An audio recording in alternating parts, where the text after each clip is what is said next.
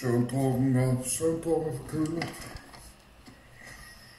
Søvndrukken for køle. Klokken 8 morgen og skal snakke om penge og økonomi. Det er så ikke det, jeg har allermest lyst til. Hvorfor fanden gør du det så? Så man altså måske have en god økonomi med en lav indkomst, så det er så hver eneste dag. Hvis du ikke har lyst til at sidde og snakke om økonomi klokken 8 om morgenen, de tykke dyr, mand. Hvad fanden gør du det så for? Og undgå for gæld. Du er da ikke forpligtet til det, vel? Men der skal jo penge i din YouTube-kasse. Du gør det jo kun for pengenes skyld. Dit overhamrende, ulækre, fede svin. Hold kæft, hvor er der godt, man er utiltalende, mand. Det har jeg engang. Nu har jeg fået næste måned. Jeg tror kraften, jeg bøffer din cykel næste gang, den holder nede ved Lidl. Og kan jeg ikke bøffe den, så pifter jeg lortet, mand. Dit fede svin, mand.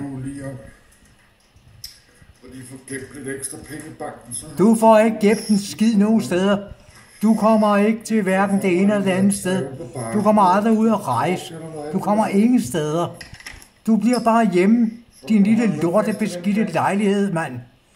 De tykke fede svin, mand. John Henrik Olsen, mand. Fra Sognfri, mand. På Løvgårdsvej. Ja. Nummer hvad?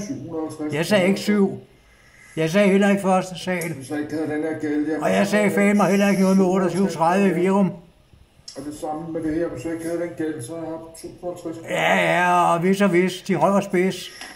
De er fede, klamme svin. 100 kroner mere næste måned. Hold kæft, hvor er der klamt, mand, og fed. Og grim, mand. Omkring 8.000 kroner.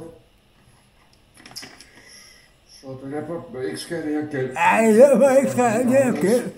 Hvis jeg har haft det her næste måned, jeg har haft cirka 8.000 til rådighed. Dit fede lokum, mand.